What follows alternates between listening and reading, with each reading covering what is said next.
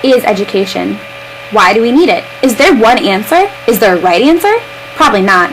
So why am I so intrigued with the education system or lack thereof in Guatemala? Hi, my name is Katie and I participated in a study abroad program that opened a whole new world of reality and questions that I don't have answers for. Here are two girls walking side by side, hand in hand in Cowleets. The girl on the left is Guatemalan and the girl on the right is American. Neither speak a common language, have the same skin color, or wear the same style clothing. The girl on the left takes pride in her traditional handmade skirt and sweater that keeps her body warm and covered. The girl on the right takes pride in her stylish American Eagle jeans and North Face backpack that are very popular and hot on the market.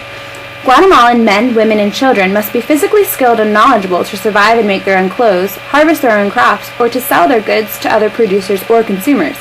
On the other hand, to survive in America, one must be intellectually skilled and knowledgeable in order to have the luxury of buying such things as desired clothing, which is why education is so essential to our society.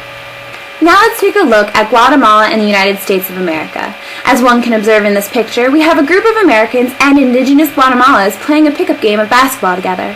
While their skin color, culture, fashion, and upbringing may be completely different, it doesn't change their love for the game.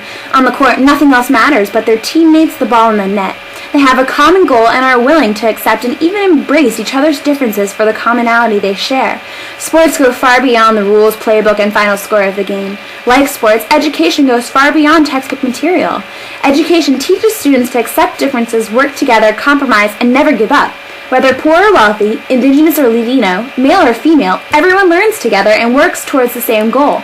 In the classroom, like on the court, everyone is equal.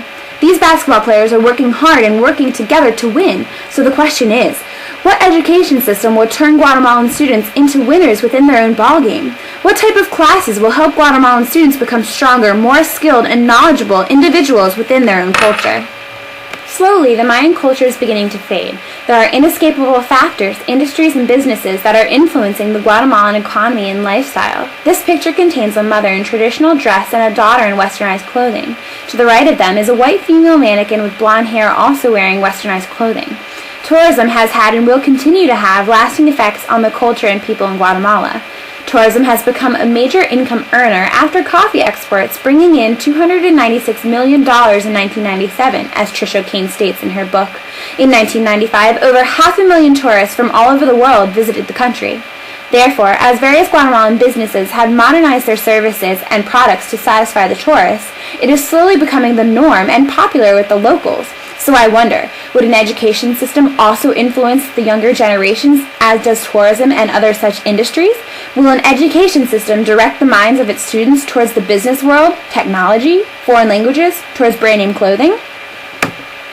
Meet the class of the private village high school on a field trip to a history museum. Fashion and the outward appearance is evidently a priority to these students. A few of the boys have braces, while the girls spice up their uniforms by adding a cute headband, scarf, or undershirt and have splashed on a bit of makeup. These students come from upper-class families, all of them. Why? Because no one else can afford it. The students are in charge of purchasing all of their school materials, therefore they must have a job.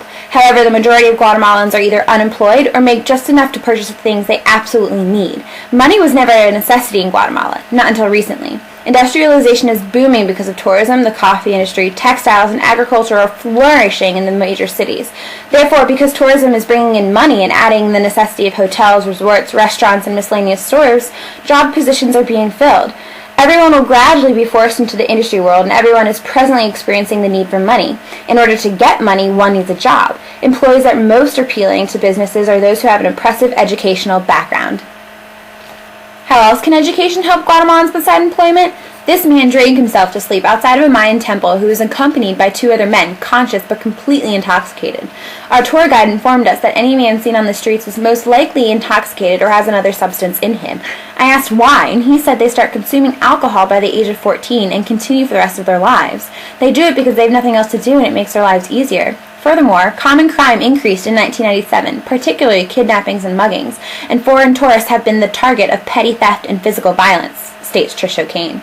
During the 1980s, drugs became one of Guatemala's new unofficial, non-traditional exports. Guatemala became an important opium producer and marijuana grower. Guatemalan authorities estimate that 85% of crime in 1996 was related to drug trafficking. A mandatory public education system that is put in place will keep children, teenagers, and young adults off the streets. I'm not saying this would solve the problem completely, but education will make their lives meaningful and give them some insights into future occupations and hobbies. Let's take a look at the U.S. Children are legally required to go to school because everyone is entitled to a free public education. Now let's take a look at Guatemala and the coffee industry. Children and even entire families depend on coffee fincas for employment. Therefore, to make work and education fit into the lives of students in Guatemala, schools should not be in session during the harvesting months. Meet Ricardo. He is the present owner of this fair trade coffee finca. It is evident that Ricardo is a successful businessman in this agricultural industry. He has had the luxury of a great education and as a result knows sciences, techniques, and secrets behind growing and harvesting high-quality coffee beans. He also is now a successful businessman and is more prosperous by adding a training center for horseback riders as well as a gift shop. As a quote from my journal, the biggest question that I have is why do Americans think our education system is fitting and most beneficial for all Guatemalan people? Their culture, daily life, and politics is very different from the U.S. Their education system needs to match their cultural economy and daily life. As the U.S. evolved, so did the education system. This needs to happen in Guatemala. Why is it that when I first glanced at Guatemala, I said to myself, they need to get their act together. These people need to get an education and then a job. Duh. Let's first take a look at the U.S. and why that was my original thought. In the direction that the U.S. has changed and grown, its citizens presently must acquire formal high education and earn at least a college degree in order to get a paying job. In other words, elementary school leads to middle school to high school to college, and college leads to opportunities. Opportunities gets you jobs. Jobs lead to survival. It is evident that each stage of education leads to a higher level which serves a divine purpose at the end of the road. Many children in the U.S. aspire to be a successful businessman or woman. This is because the American dream is to live happily ever after with a family and a nice house and a stable job. While that may be the American dream, what is the Guatemalan dream? Guatemalans might want to say to the U.S., who in their right mind would want to be stuck in a stiff, uncomfortable suit, glued to a chair, and mesmerized by a computer?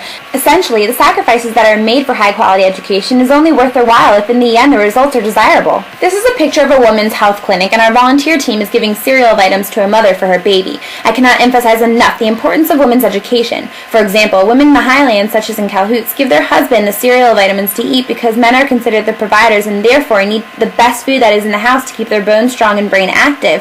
Also, while the husbands are getting the nutritious baby foods, mothers are filling their newborns' bottles with sodas and coffee. While mothers are beginning to see the importance of breastfeeding, they are still resistant because of breast infections. If this happens, then the mother could die because there is no hospital for them to go to. Furthermore, girls are getting pregnant by the age of 15 and having up to 7 children. Getting pregnant is almost like a death sentence because the women don't know if they're going to live or die. One area in Guatemala that can use significant measures of improvement is women's health education. These women are in dire need of instruction on prenatal precautions, first aid, health and wellness classes, and birthing classes. Here I present a different form of women's education. This picture is taken at a women's co-op where they have primarily invested themselves into the weaving industry. They have also made connections with our event specialist Juan, which is another course of income they can depend on. The women's co-op was a form of education, work, and play combined into one. While a part of me felt that their education needed to be more formalized, these women prove that a person does not need to have a degree in order to start a business.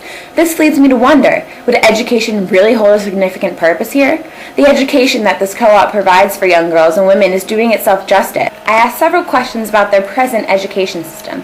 In my journal, I wrote about all that the co-op had to say about her children's schooling. She informed me that the children have school from 7 a.m. until 12, but their work is first priority. Because students need money for school supplies, they are required to make 5 palm leaf mats before school.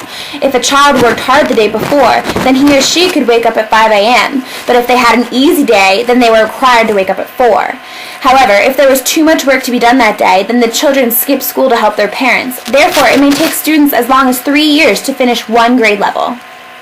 If you take the time to look past what is directly in front of you, that wall that prevents you from only seeing what you've been trained to see, you will come to the profound realization that Guatemalan culture, traditions, and people are beautiful, unique, and inspiring in their original form. Guatemala deserves an education system that embraces people and cultures of all kinds. There is so much history, culture, and diversity to work with and expand upon in Guatemala. So now I will leave you with my final questions. Is the economic shift that is presently occurring in Guatemala helping or hurting its people and its originality? Both? If so, would education really fulfill its true purpose or serve as an invasion to their heritage? What do you think?